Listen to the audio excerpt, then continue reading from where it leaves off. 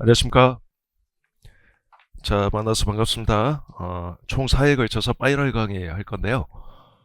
자, 작년에 요 파이널 책을 최초로 제가 1차 교재 출간했었는데, 작년 시험 끝나고 깜짝 놀랐어요. 작년에 비슷한 문제가 너무 많이 나와가지고 80문제 딱 만들었는데, 아마 그 객관식 교재하고 정확하게 중복되는 문제는 하나도 없을 거예요. 그러니까 기출 문제는 하나도 수록돼 있잖아요. 제가 그냥 시험에 나올 만한 거, 그리고 시험 대비해서 꼭 정리해야 될 만한 것들을 이렇게 좀 만들어 놓은 문제들인데, 그 문제 꼭 같이 풀어보고 복습할 때 그 해설을 꼭 한 번씩 점검하시기 바랍니다. 그래서 시간이 없으신 분들은 이 파이널 교재만 가지고 막판에 좀 정리하셔도 어느 정도는 좀 맞을 거라고 생각해요. 어느 정도란 게 한 16문제에서 10문제 이상은 맞출 거라고 생각해요. 작년 기준으로는 15문제 정도는 가능했어. 그러니까 거의 똑같은 문제하고 비슷한 문제, 또 관련된 문제 다 하면 한 15개 정도는 전부 다 관련이 있는 문제, 거의 유사하게도 나왔고. 자, 그리고 제가 유인물 올해 그 회계사 기출문제 제가 나누어 드렸죠. 그걸 오늘 끝나고 좀 자신 있으신 분들은 20분, 자신 없으신 분들은 25분 딱 시간 측정하고 꼭 풀어보세요. 자, 공부 목적으로 푸는 게 아니라 시험 본다는 생각으로. 그래서 시간 관리가 가장 중요하다고 봐요. 저는 1차 때. 무엇보다도 1차 시험에서 가장 중요한 건 시간 관리예요. 시간 관리. 자, 어렵거나 아니면 조금 막힐 수 있는 유형을 1차 시험장에서 붙잡고 늘어지지 않는다는 거. 시간을 적절하게 배분한다는 거. 즉 원가 관리에는 16문제를 다 풀 수 있음에도 불구하고 다 풀어서는 안 된다고 생각해요. 제가 여러분들이라면 절대로 풀지 않을 거예요. 16문제를 다. 그건 바보 같은 것 같아. 뭐 실력 있는 사람은 뭐 한 14문제 풀 수도 있겠지. 근데 저는 목표가 한 12문제라고 생각해요. 한 4문제는 풀 수 있음에도 불구하고 안 푸는 거예요. 안 푸는 거. 그러니까 우리가 1차 때는 어려운 문제를 풀어보는 이유가 그런 문제를 선별할 수 있는 능력을 키우기 위함도 있다라는 거. 꼭 시험지에서 풀어라 하고 1차 문제를 공부하는 게 아니라는 거. 2차 대비할 겸 또는 이런 문제는 시간이 다소 소요가 되니까 1차 시험에서 만약에 나오면 비슷한 유형이 나오면 풀지 말고 일단 패스해야 되겠구나. 그런 걸 좀 익힌다는 거. 자, 그게 주요한 거라고 봐요. 그래서 1차 시험장에서 반드시 시간 배분 철저하게 하시고, 자, 저희가 다 풀라고 하지 말고 문제를 붙잡고 늘어지지 않습니다. 자, 파이널 교재는 아마 그 먼저 파이널 교재 좀 다시 공부할 거고, 자, 20분에서 25분 정도에 걸쳐서 회계사 1차 시험 문제를 풀어본다. 그 중에 제 생각으로는 2문제 정도는 손 안 대는 게 좋다. 자, 제가 이거 해답 딸 때 우리 객관식 교재 있죠. 거기 컨트롤 C에서 컨트롤 V에서 거의 다 해답 달았어요. 그 컨트롤 C, 컨트롤 V 하지 않으면 문제가 거의 없을 만큼. 그 중에 한 2문제는 숫자만 바꿨어, 숫자만. 실질적으로 숫자만 바꿨고, 나머지 한 9문제는 틀을 그냥 그대로 갖고 온 거지. 한 문제는 뭐 소수정이니까 그냥 뭐 달았던 거고. 그래서 객관식 교재하고 이 파이널 교재를 벗어나는 문제는 거의 없을 거라고 봐요. 회계사도 마찬가지고 세무사도 마찬가지. 자, 난이도는 한 중정도라고 봅니다. 그러니까 여러분들이 한 2문제 제약으로 풀만 할 거예요. 그 2문제 중에 한 문제는 객관식 교재 심화 문제 수록되는 문제 정확히. 그 13장 심화 문제 1번 문제인데 그 우수 문제가 그대로 나왔어요. 요구사항만 좀 달리 물어본 거지. 푸는 거 똑같아요. 자, 수업 시간에는 총 80문제인데 하루에 한 20문제 정도씩 정리를 해 나갈 거예요. 자, 문제를 통해서 먼저 설명작하고 문제 풀어보고 정리를 할 겁니다. 정리는 해설을 보면서 같이 이렇게 하도록 하고, 문제 풀 때 아마 상당 부분이 문제에서 정리가 될 거라고 봐요. 자, 1번 문제부터 보도록 합시다. 원가는 총 36문제, 관리회계가 44문제. 그래서 80문제. 자, 우리 교과서 목차 순서대로 문제 배열은 되어 있다. 이렇게 보시면 되겠어요. 자, 1번 문제부터 보도록 할까요? 잘 보이시죠? 좀 흐릿하거든요. 제 눈에는 좀 흐릿하게 보이거든요. 여러분들만 잘 보이면 될 것 같아요. 저는 잘 안 보여 싫어. 옆에서 와서 그런지. 자, 1번 문제 보도록 합시다. 본사와 생산 공정이 동일 건물에 소재하는 주한국에 만약에 시험 문제가 나왔다 그러면 일단은 이렇게 스캔할 필요가 있어요. 딱 대각선으로 쫙 스캔해서 대충 이게 몇 장에 관한 문제다 이런 거에 좀 느낌을 갖고, 그리고 대부분 원가회계가 좀 앞쪽에 배열이 될 거예요. 한두 번에 빼놓고는 원가회계 앞쪽, 관리회계가 뒤쪽. 요즘에는 좀 그런 식으로 시험 문제 순서가 좀 배열이 되는 것 같아요. 그래서 5월 중에 발생한 비용과 재고자산 관련 자료는 다음과 같다. 그래서 5월 중에 발생 비용 보니까 직접 넘어가는 물음표고, 자, 공장 감독자 급여는 가장 대표적인, 자, 간접 노무원가라는 거죠. 간접 노무원가. 간접 노무원가니까 제조 간접 원가에 해당하는 거죠. 그리고 기타 제조 간접 원가 있고, 전기료 금액 안 나와 있네. 근데 공장의 50%, 본사의 50% 배부한다라고 돼 있죠. 자, 본사에 배부된 금액은 당연히 판매 가리비가 되겠지. 자, 본사나 영업 여러 마리 나오면 본사 영업부에서 사용한 발생한 금액은 판관비. 공장 또는 제조란 말이 있으면 그건 제조 원가고, 자, 직접 재료가 직접 노무원가가 아니면 제조 간접 원가인 거고. 그래서 당연히 전기료는 DM, DL 직접 재료가 직접 노무원가가 아니니까 제조 간접 원가 되겠죠. 그래서 요 금액을 먼저 찾은 다음에 뿌려줘야 될 것 같고. 자, 여기 봅시다. 일단은 문제 읽으면서, 자, OH에 해당하냐 아니면 판관비에 해당하냐를 문제지 옆에다가 여러분들이 표시를 해두세요. 자, 이거는 OH 전액, 이것도 OH죠. 자, 직접 노무원가는 뭐 OH도 아니고 판관비도 아니고, 자, 이거는 반반씩이 되겠지. 좀 더 금액 찾아서 반반씩 할당하면 될 것 같고. 자, 감가상각비는 80%는 공장이라 그랬으니까 50만 원에 80%, 40만 원은 제조 간접 원가고 10만 원, 20%는 판관비가 되겠지. 자, 그 다음에 기타 판매 가리비. 요거는 전액 판관비로 봐야 되겠지. 자, 이거는 해당성 없고 이런 식으로. 자, 그래서 일단은 요 금액만 알면, 자, 제조 간접 원가 얼마, 판관비 얼마, 일단 금액은 확정이 가능해 보여요. 자, 이런 식으로 제조 간접 원가, 판관비 구별을 요하는 문제가 나올 수 있으니까 연습해두고. 자, 전기료는 선지급하고 있다. 선지급하고 있대. 그러니까 선급 비용이 먼저 발생한다는 거지. 나중에 선급 비용이 없어지고 비용으로 대체가 된다는 뜻이지. 기간이 지나고 나서. 자, 5월 초에 선급 비용 금액은 7만 원이고 5월 말 선급 비용은 5만 원이며 5월 중에 전기료 지급액은 18만 원이다. 자, 여러분들 해설 잠깐 봐볼까요? 해설. 자, 해설해 보면, 자, 미지급 비용과 선급 비용. 해설은 그 해답 말고 해설. 해설 있죠. 다음 페이지. 잠깐만요. 자, 11페이지에 나와 있잖아요. 자, 11페이지에 약간 좀 정리해 보면, 일단은 4번을 좀 보도록 합시다. 이 4번이 간혹 문제에 잘 나오니까 꼭 정리를 해 두셔야 돼요, 여러분들. 이렇게 비용 발생하면 선지급조로 발생하는 비용도 있고, 나중에 후지급조로 발생하는 비용도 있어. 선지급조로 발생하는 비용은 선급 비용으로 관리를 한다는 뜻이고, 후지급한다는 것은 미지급 비용으로 관리가 되고 있다는 거죠. 자, 그러면 시험 문제에서 여러분들을 떨어뜨리기 위해서 선급 비용과 미지급 비용의, 자, 기초 기말가액과 지급액 정보를 줄 수 있어요. 이걸 토대로 발생액을 찾아야지 뭔가 해결할 수 있는 거지. 우리가 필요한 것은 발생액이 필요한 거잖아요. 우리는 발생주의이기 때문에. 자, 선급 비용은 자산이죠. 그러니까 차변 잔액을 가져요. 자, 그래서 기초가 차변이고 기말이 대변이 나타날 거예요. 먼저 이거는 순서가 어떻게 되냐? 지급이 먼저인 거지. 선지급이니까. 그래서 차변의 선급 비용, 대변의 현금. 현금이 나갔는데 이게 이번 아직 비용화될 기간이 도래하지 않았다는 거죠. 그래서 선급 비용으로 먼저 잡겠지. 그래서 이처럼 지급은 무조건 차변에 등장해. 이 자산가, 이 선급 비용이라는 자산가, 좀 이따 배우는 미지급 비용이라는 부채 계정에 차변에 나온다. 그 이유가 대변이 뭐기 때문이다. 현금이기 때문이다. 대변이 현금이니까 차변에 무조건 뭔가가 나와야 된다. 자, 선급 비용일 때는 차변의 선급 비용. 그러다가 한 달이 지났어요. 드디어 이제 기간 기속이 가능해. 그러면 이제 선급 비용 대변에 정리해주고 차변의 비용으로 대체되겠죠. 그래서 발생액은 무조건 대변에 등장한다. 선급 비용 대변, 차변의 비용 계정, 이런 식으로. 전기료, 차변의 전기료, 대변의 선급 비용, 이런 식으로. 왜냐면 발생액은 차변의 비용 계정이 나와야 되니까 선급이든 미지급이든 무조건 차변 위에 대변이 나와야 된다는 뜻. 이걸 알아두고, 자, 미지급 비용도 같이 정리해 두도록 합시다. 자, 이거는 부채 계정이니까 차변이 아니라 대변 잔액이죠. 그래서 기초가 대변, 기말이 차변이에요. 자, 그러면 이거는 순서가 어떻게 되냐? 자, 먼저 발생이 먼저인 거지, 이건. 그래서 차변의 비용, 전기료 얼마. 근데 대변은 아직 지급해 줬다는 거야. 아직 미지급해 줬다는 거야.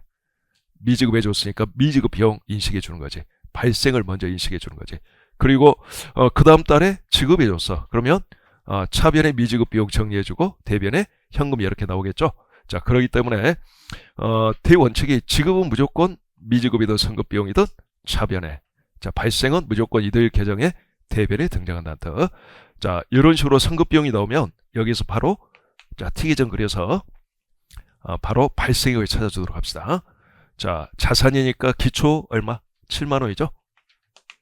자, 5월 말 기말이죠. 5만 원 대변에. 그다음에 지급액 얼마? 18만 원.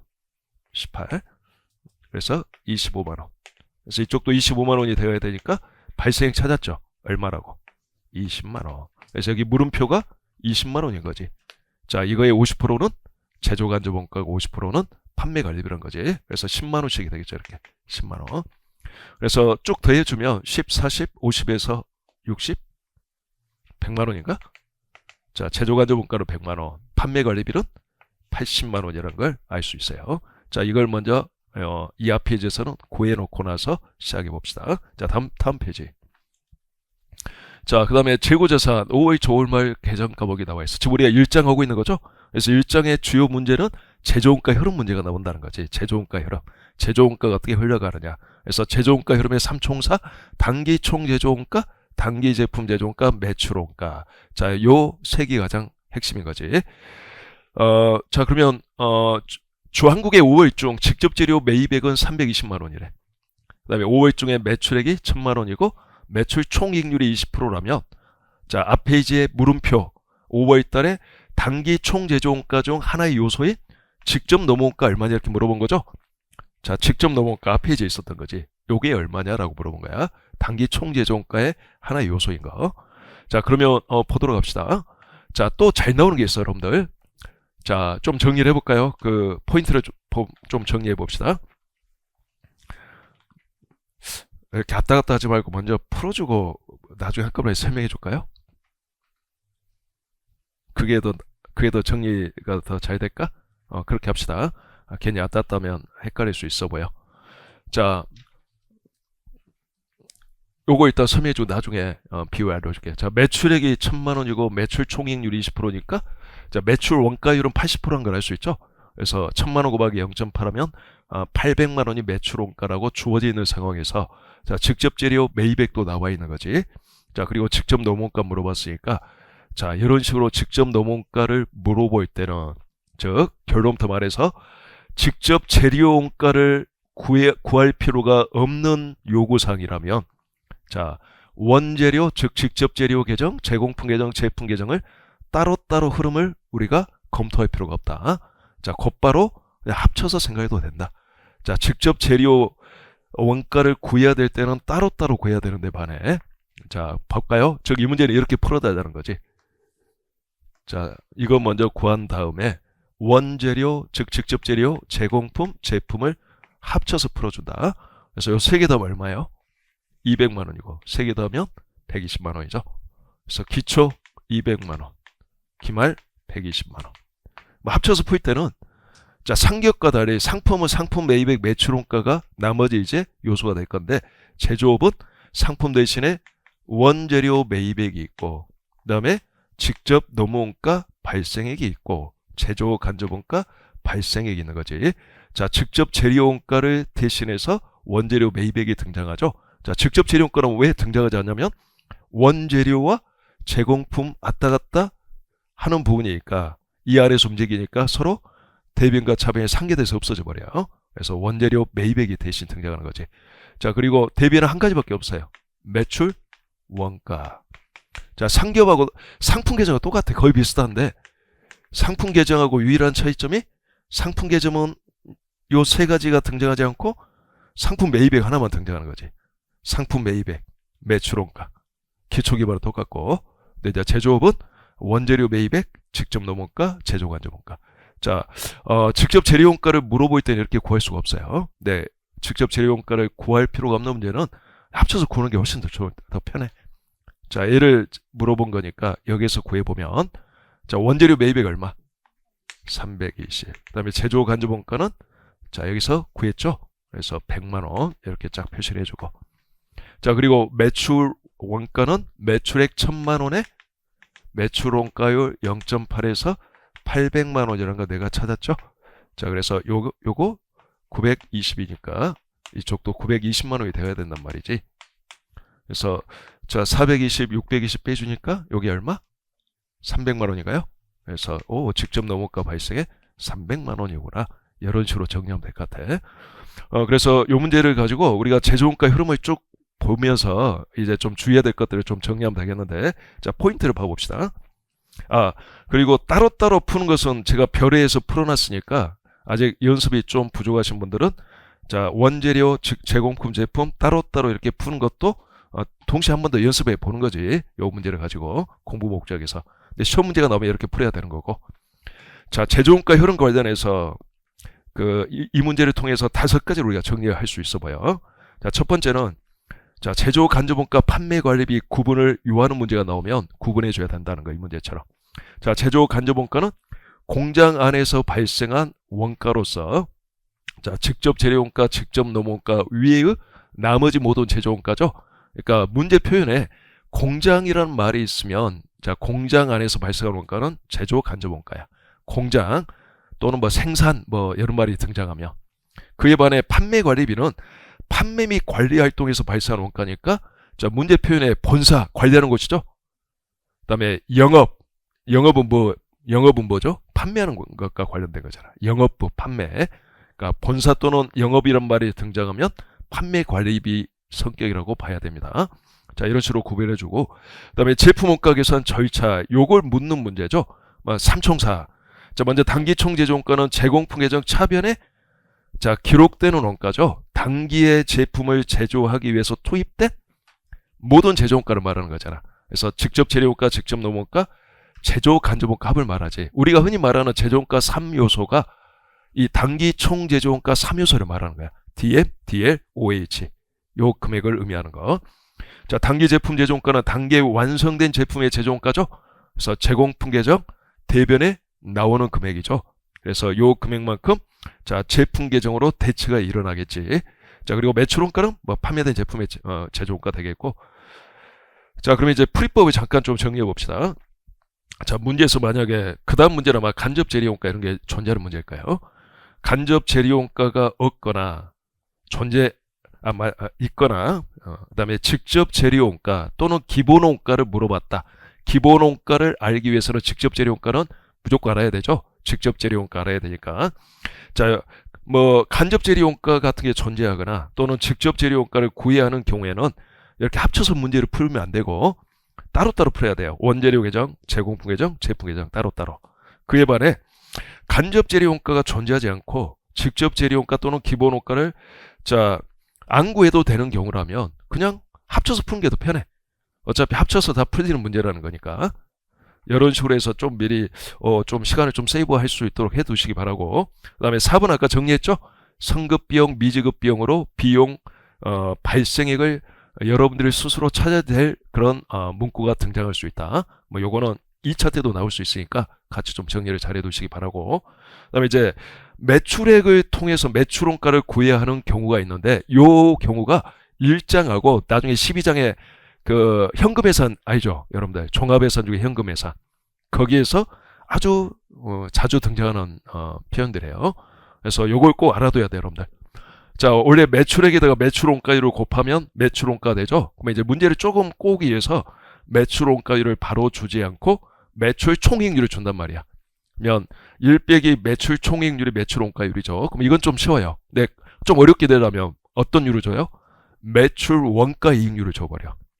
매출 원가 이익률을 주면 자, 매출 원가 이익률하고 매출 원가율의 관계를 알아야 되겠지. 뭐 1 플러스 매출 원가 이익률분의 1이 매출 원가율하고 똑같은 의미가 되는데 만약에 이걸 모르겠으면 그냥 그림으로 그냥 해결합시다. 이거 이런 식으로. 자, 매출액 그다음에 COGS 매출 원가 매출 총이익. 예를 들어서 요게 1이라고 했을 때 요거의 20%가 원가의 20%가 매출 총이익이었다. 그럼 요거는 0.2가 되겠죠? 그러면 매출액이 얼마가 되는 거야? 1 플러스 0.2가 되는 거잖아. 1 플러스 매출 원가 이익률이 되는 거야. 1 플러스 매출 원가 이익률. 그러니까 매출 원가율은 쉽게 말해서 매출액분의 매출원가 비율이니까 잘 봐보면 1 플러스 0.2분의 1인 거잖아. 1 플러스 0.2분의 1이잖아. 아까 0.2가 뭐라 그랬죠? 매출 원가 이익률. 원가의 몇 프로가 이익이 되냐라는 그 비율이라는 거지. 그러니까 쉽게 말해서 산식이 그냥 나오는 거야. 1 플러스 따라서 매출 원가 이익률분의 1하면 매출 원가율을 의미한다는 거지. 1 플러스 매출 원가 이익률분의 1하면.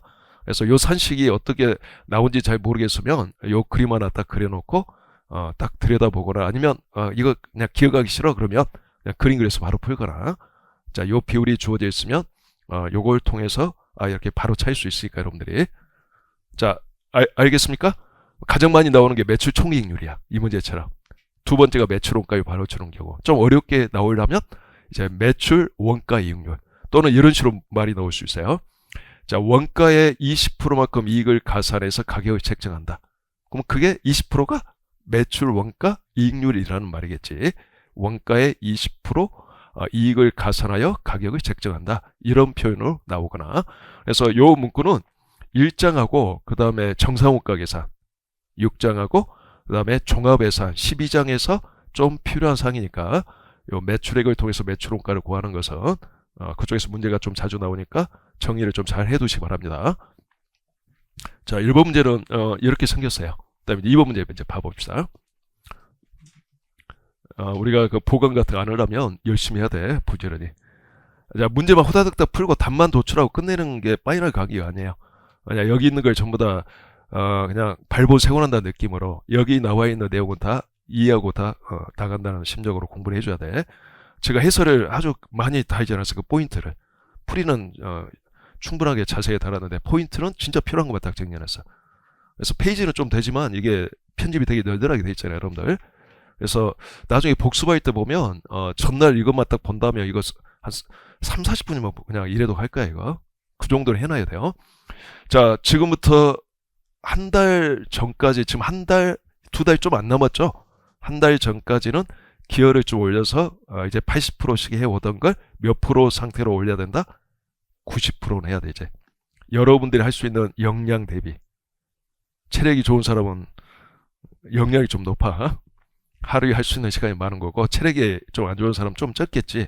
자신의 역량 대비 한 90% 정도 기여를 올렸다가, 적어도 한 달 또는 한 3주 전까지는 90% 상태로 100%로 해서는 안 돼요. 지금도 100% 하면 시험 당일날 쓰러져 버릴 수 있으니까 그건 노. 자, 그러다가 한 달에서 한 3주 정도 남겨놓고 이제 한 100% 정도 올릴 필요가 있어. 그 무렵부터 이제 할 수 있는 역량만큼 해 나가는 거야. 진짜 힘들겠지. 잠시도 이제 이렇게 뭐 숨구멍이 없는 상태가 되겠지. 근데 이러이러 꾸준하게 좀씩 쉬면서 한나절 또는 두나절은 계속적으로 좀 쉬면서 저는 뭐 시험 보기 전주까지도 좀 쉬었던 것 같아요. 전전주까지는 확실히 쉬었던 기억이 나고 전주는 좀 애매해. 쉬었는지 안 쉬었는지 애매했는데 그렇게 열심히 안 했어요. 이로 인하여 습관이 돼가지고 별로 열심히 안 했지더라고. 근데 어느 정도 이렇게 좀 관리할 필요가 있어. 자기 그 컨디션 관리를 해줘야 돼. 시험 당일날 컨디션이 안 좋으면 실력 발휘를 못해서 떨어지게 되니까 그 컨디션 관리를 하되 한 100% 정도 딱 올리다가 컨디션 안 좋으면 좀 조절을 해야 되겠지. 그리고 진짜 열심히 해야 될 시점이 2주 남겨놓고는 진짜 열심히 해야 돼요, 여러분들. 제가 보기에 2주 남겨놓고 적어도 한 3회독은 해야 될 것 같아. 3회독. 그러니까 저는 나중에는 해독수가 중요하다고 생각하거든. 이게 1회독 할 때는 한 1회독에서 2회독 할 때는 해독수는 진짜 신경 쓸 필요가 없어요. 남들이 5회독 했냐 하나도 안 중요해. 내 1회독하고 똑같을 수 있어. 남들의 5회독하고. 얼마나 이해했냐가 중요한 거고 1회독은 진하게 하는 거야. 말 그대로 이해할 때까지 쳐다보고 정독해 가면서 그렇게 하다가 딱 어느 정도 이해가 됐잖아. 그러면 100% 이해하고 1회독이 끝나진 않아요. 한 사람에 따라 다르겠지만 80% 정도 이해가 되어 있는 상태에서 1회독이 끝나겠지. 그 다음부터는 이제 뭐가 중요하냐면 회독수가 중요해. 자기가 이해한 걸 이 텀이 길어져 버리잖아. 다시 1회독 돌리는데 이 텀이 길어져 버리잖아. 과목별로. 이해한 걸 잊어버려 이제. 그럼 다시 공부해야 돼. 이게 진짜 불합리한 거거든. 이건 있을 수 없는 일이야. 제 사전에 있을 수 없는 일이야. 이건. 그러니까 이때는 이제 이해한 거를 잊어버리지 않기 위해서 빠른 해독이 필요해. 근데 제일 처음에는 해독수가 빠르게 안 되겠지. 공부하지 안 돼 있으니까. 그래서 한 해독, 1회독 하는데 좀 오래 걸리겠지만 자꾸 이제 해독수가 늘면 늘수록 이제 짧아지, 이 텀이. 그래서 이제 한 2주 남겨놓고는 3회독이 가능한 시점. 왜냐면 전날 1회독 할 거거든. 전날 무조건 1회독 해야 된다는 게 어떤 식이 될까? 뭐 서브노트를 보건 뭐 요약만 보건 뭐 이론 정리해 놓은 거 밑줄 그런 거 보고 자기 나름대로 1회독을 해야 돼. 전 과목 다. 한 바퀴 세법도 마찬가지. 자, 재무에게 원가 관리에게 세법, 뭐 재정학, 그다음에 선택법 전부 다 1회독을 돌려야 된단 말이야. 안 돌리면 안 돼. 그러니까 전날 빼놓고 생각하면 2주 남겨놓고 13일 남잖아. 13일. 뭐 요걸 이제 나름대로 철저하게 뭐 8일 5일 작정으로 하거나 아니면 뭐 9일 4일로 하거나 그래서 2회독을 해야 돼. 각각 1회독씩. 이걸 야무지게 해 나가야 돼. 딱 그게 진짜 2주 남겨놓고 나서 승부가 이제 저는 된다고 봐. 이걸 해야지 합격을 해요. 이거 컨디션 관리 계속 잘하면서. 있잖아. 막판에 스스로 무너진 사람들 많아요. 누가 무너뜨리지 않아? 본인 스스로 무너져.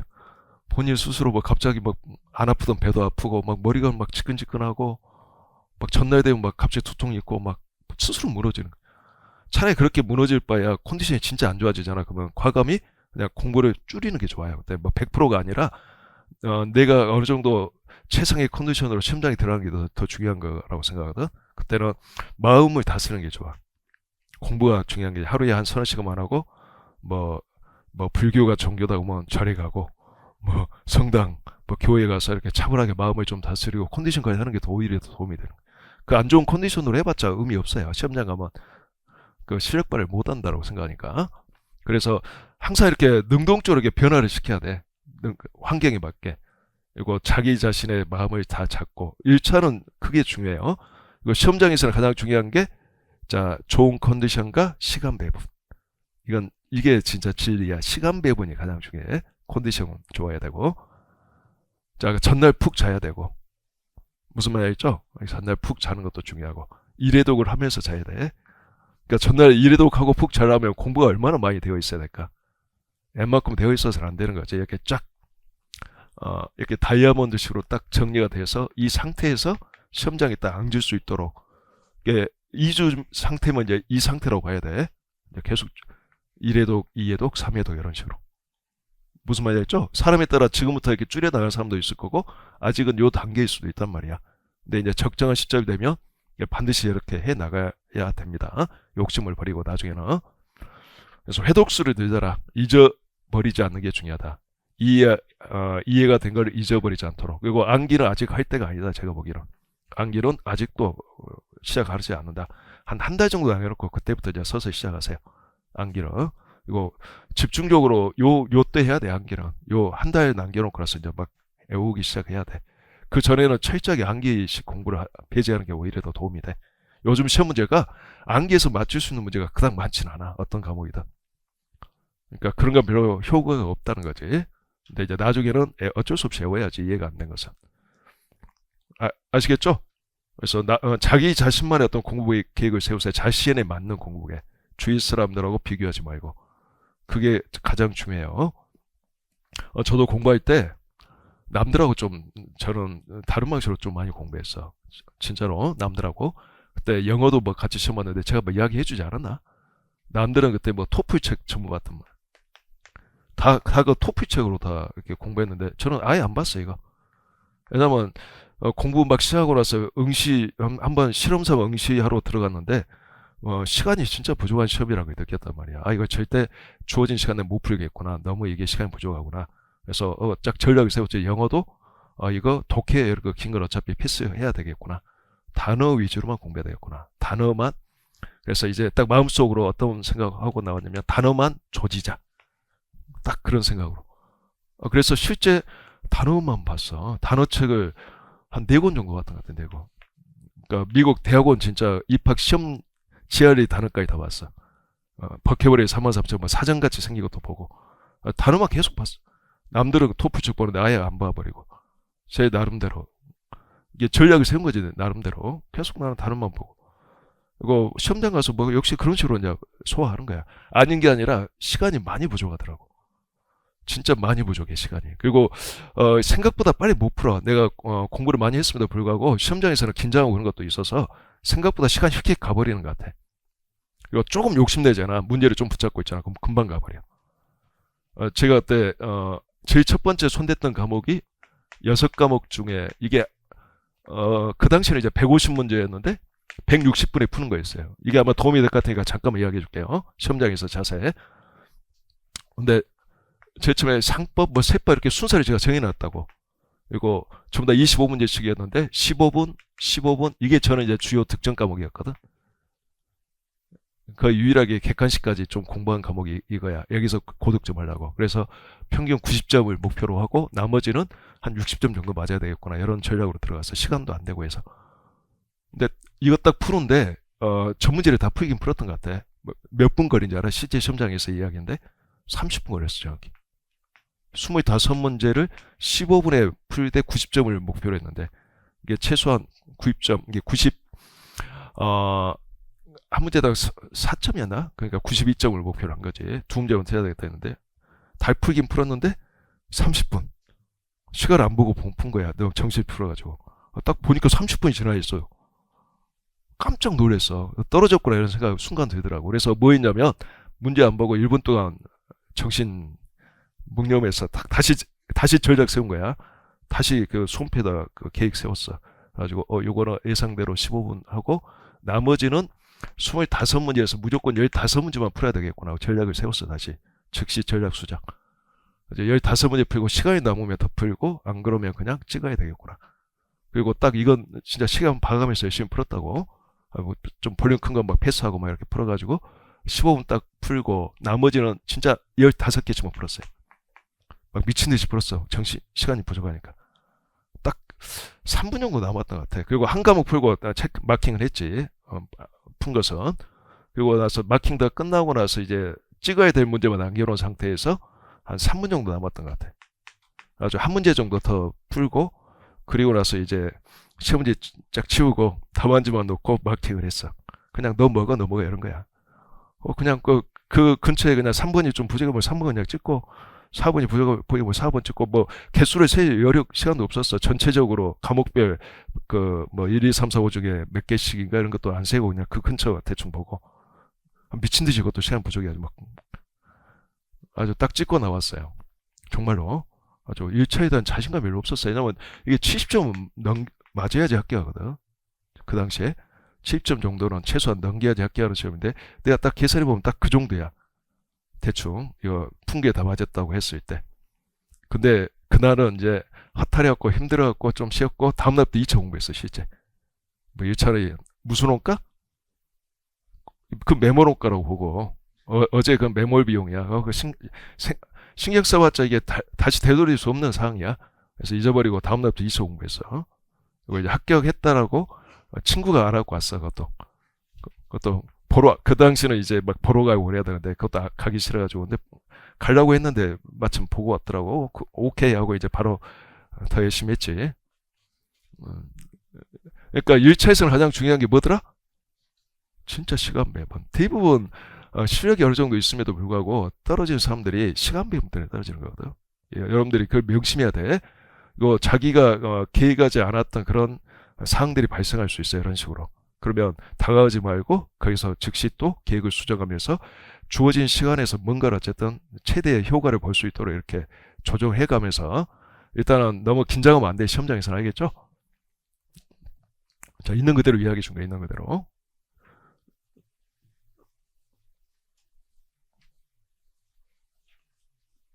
시간이 2차도 부족해. 남는 건 없어요.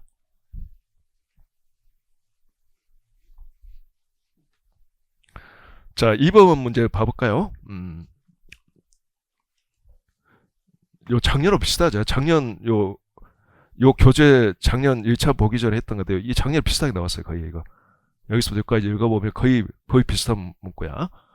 뭐, 풀기 싫죠. 근데 그게 아니라 여기서 공부를 해야 돼. 이 정상원가 계산에서 내는 문과 나올 수 있기 때문에 꼭 1장뿐만 아니라 주한국의 5월 재고재산 관련 자료는 다음 같다. 기초와 기마의 제품 재고와 물음표가 젖어 있는 상황에서 자, 5월에 원가 재료는 담갔다. 자, 5월에 원재료 매입액 27만원, 직접 재료 원가 DM이죠? 20만원. 여기 아까 우리 공부했죠? 5월 1일 미지급 농무비, 그 다음에 31일 미지급 농무비 지급한 금액. 자, 요거 바로 문제 읽으면서 바로 티계전 그린다. 다음부터는 이제 이건 부채니까 기초가 어디다? 대변이지. 기초 얼마? 5만원. 지급은 무조건 이쪽이라 그랬죠? 지급 얼마? 18만원. 자, 기말 2만원이죠? 자, 그래서 발생액 얼마? 15만원. 자, 발생액 이렇게 바로 찾아줘야 돼. 발생액. 노무위 80%는 생산직 종업원의 임금. 아까 공장 감독자 임금은 간접 노무원가의 대표적인 예시고, 자, 생산직 종업원 근로자 임금 하면 요거는 직접 노무원가라는 뜻이야. 자, DL이라는 뜻이야. DL. 그래서 요게 이제 나눠진다는 거죠. 직접 노무원가가 80%, 12만 원이고 이런 식으로. 자, 나머지는 간접 노무원가란 거지. 20%가. 그래서 3만 원은 간접 노무원가다.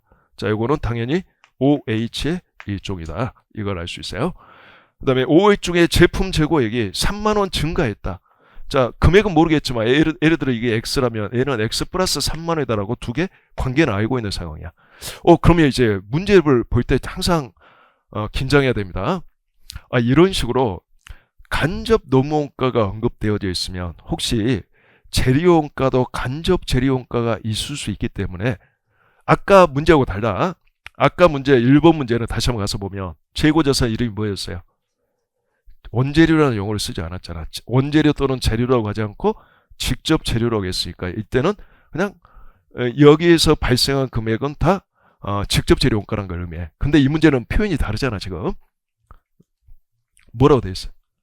원재료라고 돼 있잖아. 원재료라면 간접 재료 원가도 있을 수 있는 거야. 이 원재료 사용액 중에 일부는 간접 재료 원가일 수도 배제를 못한다는 뜻이지. 100% 직접 재료 원가라고 장담 못한다는 뜻이지. 있을 수 있다는 거야. 그러니까 자, 요걸 이제 확인해 보자. 너 요리와 원재료 계정. 자, 기초 얼마? 3만원. 기말 5만원. 그 다음에 여기 직접 재료 원가 사용액이죠. 그 다음에 원재료 매입액 나와 있죠. 매입액이 얼마? 27만원. 그러니까 30만원이 차변의 합의니까 대변도 30만원이어야 돼. 뭐 사용 금액이 얼마란 거 알아요?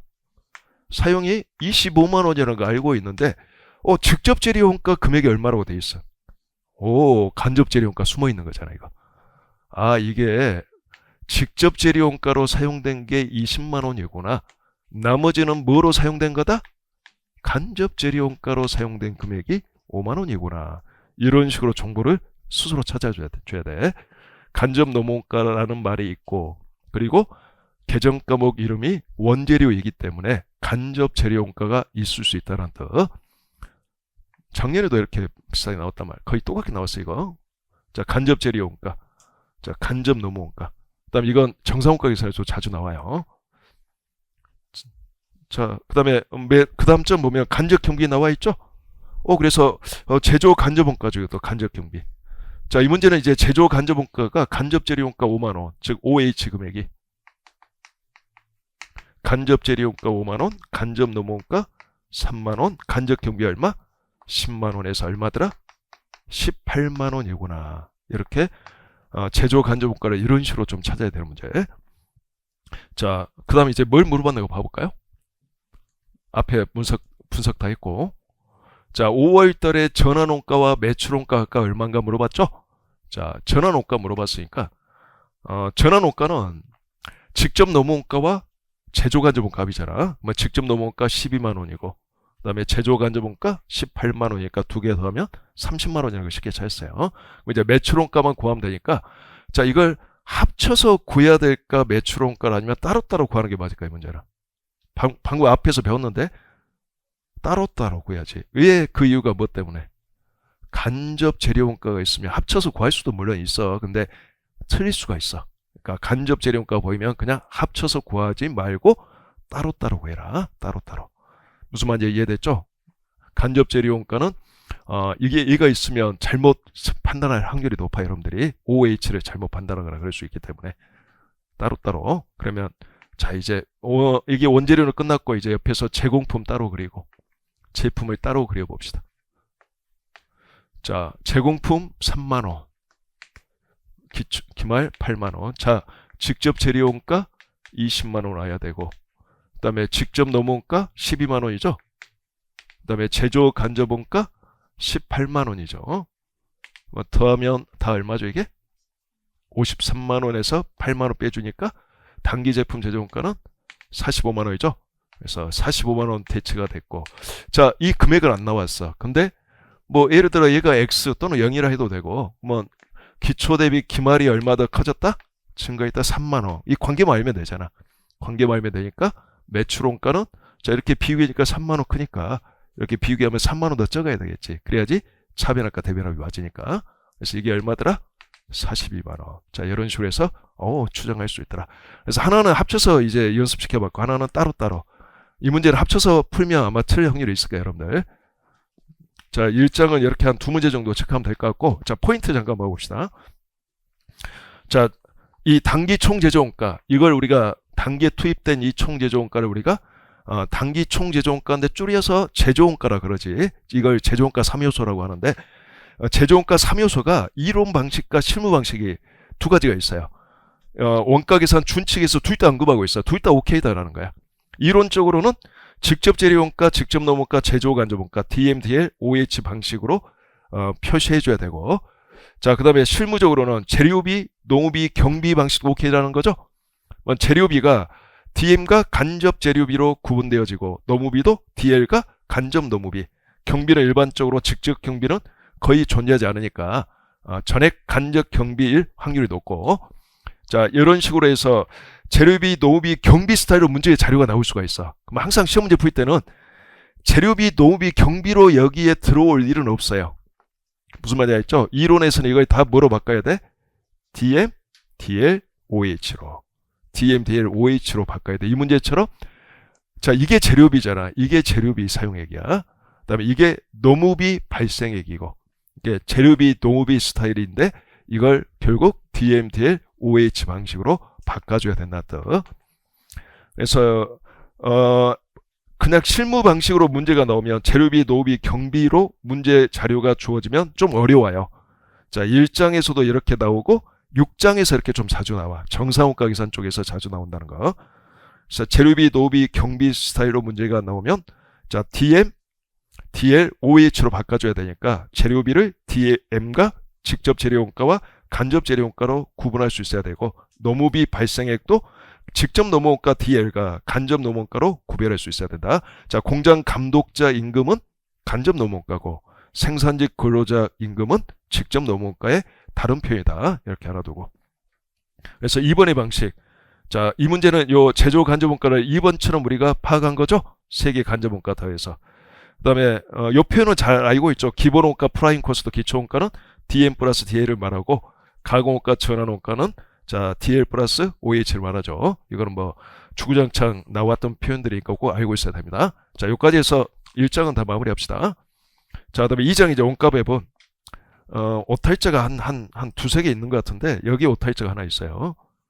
여기에 가장 치명적 오탈자가 있어. 그 S2의 부문 원가가 10만원이라 돼 있죠, 여러분들. 그거 19만원으로 바꿔주셔야 돼.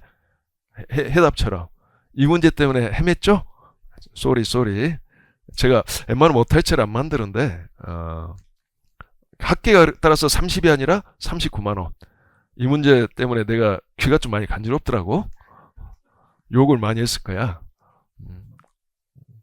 아니야, 어제 굉장히 귀가 좀 가려웠어. 자, 나머지 오탈자는 뭐 한두 개 더 있는데 크게 문제가 안 돼. 그냥 뭐 애교스러운 정도인데, 이 문제는 좀 문제가 좀 되는 오탈자. 왜 내가 이걸 이거 숫자를 여러 번 바꾸다 보니까 내가 못 찾아냈어, 이거. 자, 봅시다, 이 문제. 한국은 제조부문 P1, P2와 보조부문 S1, S2를 이용해서 제품을 생산하고 있다. 잠깐만, 지금 뭐 하고 있지? 왜 교재를 보고 설명하고 있지? 여기 유인물을 가지고. 유인물이 아니지, PPT를 가지고 합시다. 자, 이 문제까지 풀고 좀 쉬었다 할 거니까 자, 요거 여기는 수정되어 있죠. 여기는 내가 바꿔놨지. 자, P1, P2와 보조 부분 S1, S2를 이용하여 제품을 생산하고 있다. 각 부문 간의 용역 수수 관계와 부문 원가는 다른 것 같다. 특히 그 작년에 1차 시험에서도 이 보조 원가 배분 문제가 나왔고 2차에서 나왔어요, 여러분들. 이중 배분율법 이런 게 나왔기 때문에 어쨌든 보조 부문 원가 배분은 잘 알아두시기 바랍니다. 1차에서만 끝나는 게 아닐 수 있다는 거. 자, 그 다음에 이 문제 특징이, 이 문제를 우리가 배우는 이유가 보조 부문 서로가 자신의 용역을 자기 스스로 소비하고 있죠. 바로 20시간. S2는 200kW. 이런 걸 우리가 뭐라 하냐면 자기 부문 소비 용역이라고 말하죠. 이렇게 자기 부문 소비 용역이 있는 경우. 자, 상호 배분법을 사용하여 보조 부문 원가를 제조 부문에 배분할 때 P2에 배분될 금액 물어봤는데, 자, 결국 자기 부문 소비 용역이 있었을 때, 자, 그냥 보조 부문 원가 배분 연습 문제야. 가장 먼저 해드릴 뭐예요? 상호 배분법이냐, 뭐 직접 배분법이냐, 또는 단계 배분법이냐, 방법과 관계없이, 알겠죠? 방법을 묻지 말고 일단 자기 부문 소비 용역을 가입표 끊는다. 그리고 합계를 수정하는 일부터 해주라. 시험장에서 80시간, 여기는 800kW 이런 식으로. 왜냐하면 자, 용역 수수 관계를 비율로 바꿀 때 자기 부문 소비 용역을 포함해서 바꾼 다음에 배분해 나가도 되고, 자, 이렇게 무시하고 합계 수정해서 비율 계산해서 배분해 나가도 결과 같아요. 항상 결과 같을 수밖에 없어요. 수학적으로 자기가 자기에게 보낸 것은, 자, 왜 같냐면 S1과 S2가 서로 이렇게 주고받는데, 자, 이쪽에서 보면 자기 부문 소비 용역을 무시하면 80분의 16이니까 20%, 800분의 320이니까 40%죠. 주고받는 비율이. 그러죠?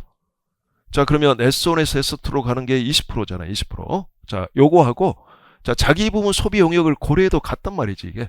S1, S2. 자, 각각 이렇게 자기가 자기한테 가는 게 있죠. 이 전체에 대해서 계산해주면, 자, 16% 여기가 20%죠.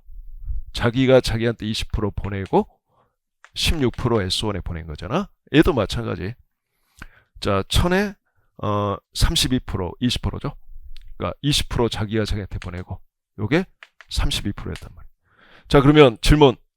자, 이렇게 고려하더라도 어차피 이게 0이 될 때까지, 영원히 될 때까지 다 보내고 끝나야 돼. 다른 부분에 다 배분 일어나야 돼. 그러니까 0이 될 때까지 무한대로 계속 배분해 준다는 거야. 보냈다가 다시 오지만 다시 가고 자기한테 가고 또 오는 게 또 가고 또 자기한테 가고, 뭐가 될 때까지, 영호이 될 때까지. 그러니까 계속 가야 되는 거지, 이게. 자, 그러면 S1에서 S2로 가는 게, 자, 16%가 아니라는 거지. 제일 처음에 16%였죠. 근데 봐볼까요? 20%가 계속 돌아와. 돌아오는 게 또 0.2, 0.1, 0.32% 비율로 계속 뿌려질 거 아니야.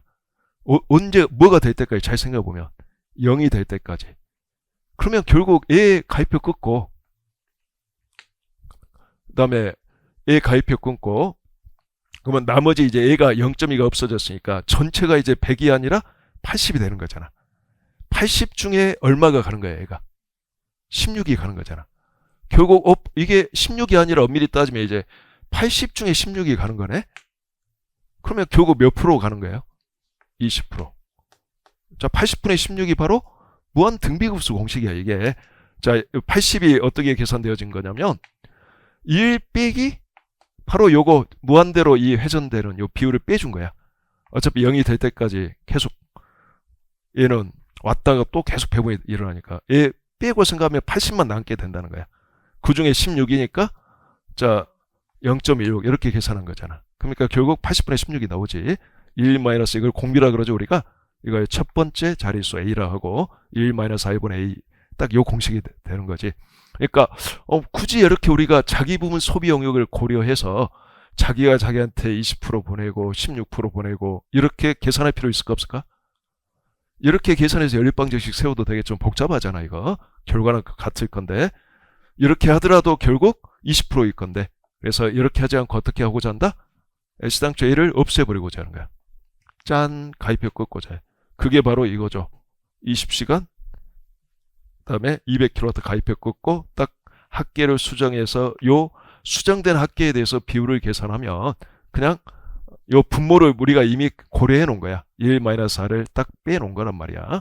그리고 이제 요 비율을 감안해 주는 거지. 그러니까 결국 요 계산값으로 나오게 되어 있어. 이런 식으로 20%가 바로. 무슨 의미인지 이해됐나요? 그래서 자, 요거는 이제 딱 이렇게 한 다음에 자, 시험장에서는 이제 요 배분표에서 바로 문제를 해결합니다. 자, 상호 배분법은 배분할 총원가만 구하면 배분은 아무것도 아니잖아. 자, 비율을 먼저 표시해 줄게요. 80시간분의 40, 24, 16이니까 먼저 100분율로 먼저 비율을 표시하는 게 핵심이야. 자, 몇 프로? 50%. 그 다음에 0.3. 그 다음에 방금 내가 50으로 다시 적으려고 지우려고 했는데 0.3에서 안 지운 거. 자, 불러준 성의가 있어서 안 지운 거야. 800 중에 이거 40이니까 0.4. 또 0.2, 0.4죠. 가장 먼저 해야 되는 상호배분법은 100분율로 요 용역 수송기를 먼저 찾아서 한쪽에다 적어둘 필요가 있어요. 그 다음에 이제 S1, S2 부문에 각각 배분할 총원가를 자, S1, S2라고 하자. S2. 바로 여기서 그냥 이렇게 풀어주는 거야. 자, 그리고 해답은 자, 연립방정식 풀어져 있죠? 근데 제가 객관식 소바일 때 이거 뭐로 알려줬어, 이거? 그냥 뭐 이 무한등기급수 공식으로 알려줬잖아. 그냥 그렇게 바로 구하면 되겠다. 자, 이 교재는 작년 3월 달에 출간된 거고 객관식은 작년 여름에 개정한 거다 보니까 자, 그 사이에 이제 제가 풀이를 한 2개 정도 바꿨단 말이야. 좀 더 쉬운 거로 요즘 트렌드에 맞게 그 중에 하나가 이거예요. 그래서 이것도 한쪽에다 좀 적어두세요. S1을 바로 찾아버릴 수 있잖아. 자, 여기 요 첫 번째 여기 맨 마지막에 요 비율이 뭐지? 서로가 주고받는 비율이죠. S1이 S2에 보낸 비율, S2가 S1에 보낸 비율. 맨 마지막 요 칸이 맨 마지막 칸이니까 0.2, 0.4. 얘도 어떤 관계야? 무한대로 왔다 갔다 하는 거지. 보냈다가 받고 또 보냈다가 받고 뭐가 될 때까지 0이 될 때까지 계속 주고받아야 되지. 얘도 없애버리자는 거야. 그래서 1 마이너스 자, 주고받는 관계. 서로 주고받는 걸 빼버려. 어차피 이거 무한대로 회전할 거니까. 그러니까 0.08을 빼버리니까 이제 0.92가 남게 돼.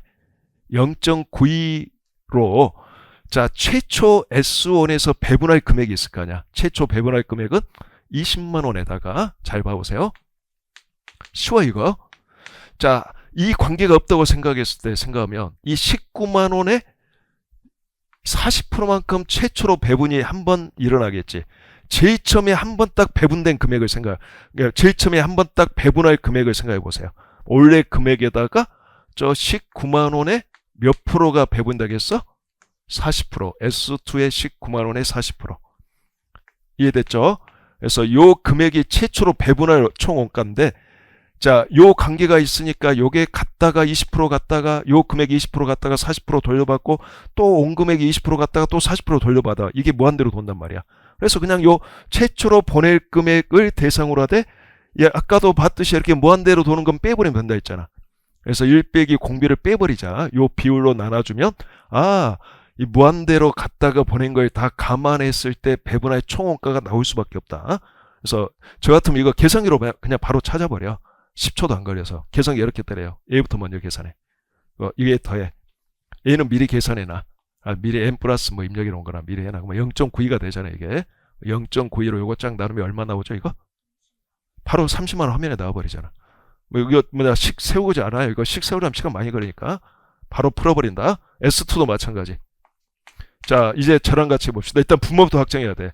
1 빼기 무한대로 도는 걸 빼주자. 공비를. 그러면 갔다가 오는 거 0.2 갔다가 0.4 오죠. 여기는 0.4고 갔다가 0.2 오니까 순서랑 관계없으니까 똑같이 0.2 곱하기 0.4. 그러니까 0.92만 딱 남겨놓고 이제 최초로 S1에 배분할 총원가는 원래 금액 19만 원에다가 S1으로부터 S1에 20만 원에 20%가 최초로 들어오겠죠. 그래서 20만 원에 자 0.2 이만큼 들어오겠지. 자 0.2든 0.4든 뭘 이미 제거한 후 자기 부분 소비 용역을 이미 먼저 해주고 제거해준 다음에 이 백분율을 찾아야 돼. 먼저 자기 부분 소비 용역을 없애버리고 그리고 나서 자 그냥 그 무한대로 도는 요 비율을 분모에서 빼고 그거로 최초로 배분할 총 원가를 분자에 대입해주면 알아서 그냥 이 보냈다 받고 이걸 다 감안해 준 결과가 똑같아. 무한대로 갔다가 오고 이게. 자, 이거 기억할 수 있겠죠, 여러분들? 이게 별로 어렵지 않으니까 이 방식으로 공부해두면 될 것 같아요. 그럼 이거 얼마죠, 이거? 밑에?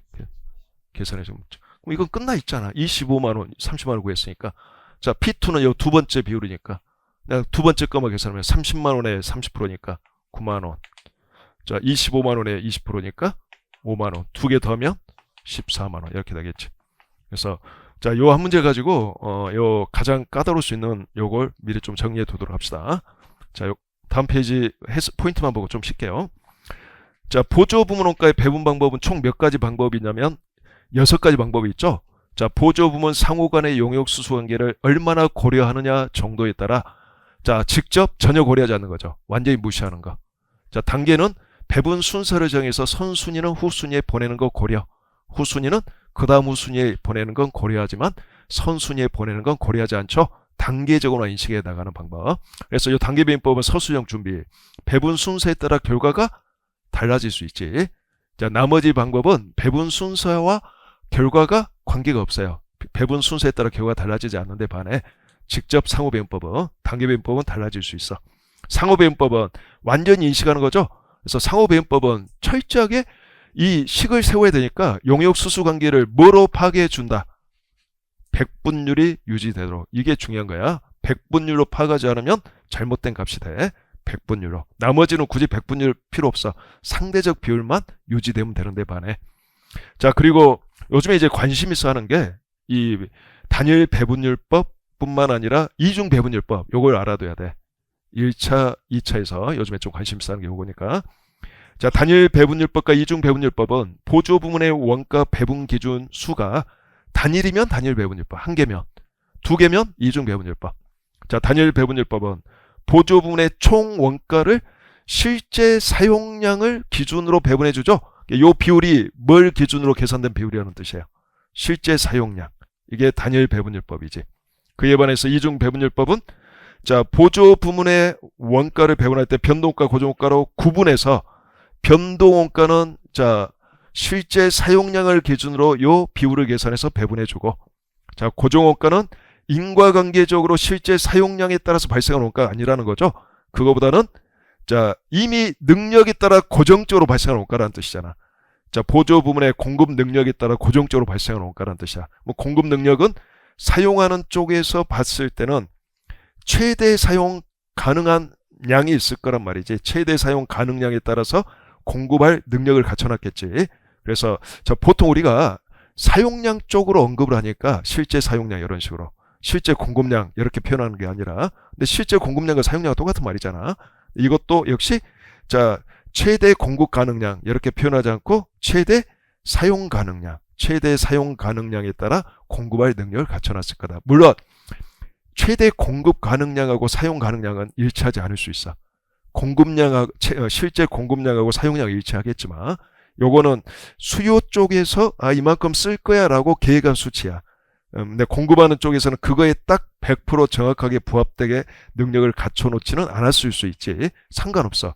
이때는 최대 사용 가능량이 더 중요한 거야. 왜냐면 받는 쪽에서의 이야기가 더 중요한 거야.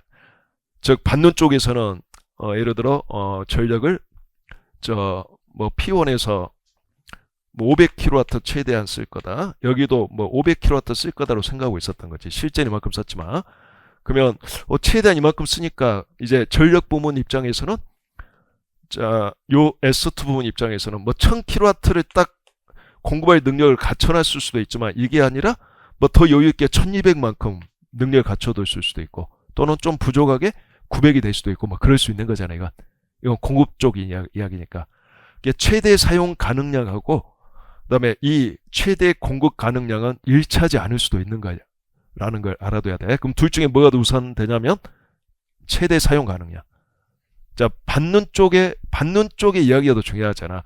요거는 이쪽 이야기인 거고, 나는 500 정도 내가 계획서를 제출한 거잖아. 그러니까 이거에 따라서 고정원가 능력을 비례적으로 갖춰뒀을 거니까 너 500 쓰기로 너희들이 나한테 이야기했지. 고정원가도 너희들이 배분받을 때는 500, 500, 요 비율대로 배분받아라. 이렇게 말하는 게 맞지. 내가 뭐 1200kW 능력을 갖춰놨으니까 뭐 1200kW만큼 너희는 배분받아라. 말이 안 돼. 자, 1200을 어떻게 뿌릴 거냐. 이 기준이 안 정해졌어. 1200은 내가 요거에 따라서 내가 갖춰둔 공급 능력인 거고, 최대한 사용 가능한 건 얘네들이 나에게 계획서 제출한 건 요거잖아, 요거. 자, 무슨 말을 하는지 알겠어요? 그러니까 자, 2차를 좀 염두에 두고, 실제 사용량과 자, 실제 용역 공급량은 똑같은 말이죠. 전력의 실제 공급량, 사용량 같은 말이 될 수밖에 없지. 근데 최대 사용 가능량, 이건 이제 수요 쪽 이야기잖아. 전력을 사용하는 쪽 이야기잖아. 얘하고 최대 공급 가능량은 항상 똑같은 말일까 아닐까? 얘는 일꼴이 될 수도 있고 아닐 수도 있고 그렇단 말이야. 그러면 이중 배분율법에서 이 보조분의 고정원가를 배분할 때는 뭘 기준으로 해야 될 거냐 하는 거지. 당연히 뭘 기준으로 해야 되냐면 A를 기준으로. 실질적으로 A는 숫자를 알 수가 있어. P1에서 이만큼 쓸 거야, P2에서 500 쓸 거야, 이렇게 숫자를 알 수 있는데 반해 이쪽은 공급하는 쪽 이야기니까 사용하는 쪽에서 얼마나 쓸 건지 그 숫자를 알고 있지 않아. 그냥 요걸 염두에서 내가 이만큼 최대한 갖춰놓은 능력인 거지. 요걸 각 부문이 얼마나 쓸 거냐는 내가 모르는 거잖아, 엄밀히 따지면. 무슨 의미인지 알겠죠? 그러니까 얘를 기준으로 배분하려야 배분할 수가 없어. 이 숫자가 안 나오니까. 이 받는 쪽 숫자가 안 나오니까. 그러니까 당연히 뭐로 갈 수밖에 없냐면 최대 사용 가능량으로 갈 수밖에 없는 거지. 개념적으로는. 뿌릴 때는. 무슨 의미인지 이해됐어요? 그러니까 얘는 좀 달라질 수 있는 개념이다. 여기는 달라지지 않지만.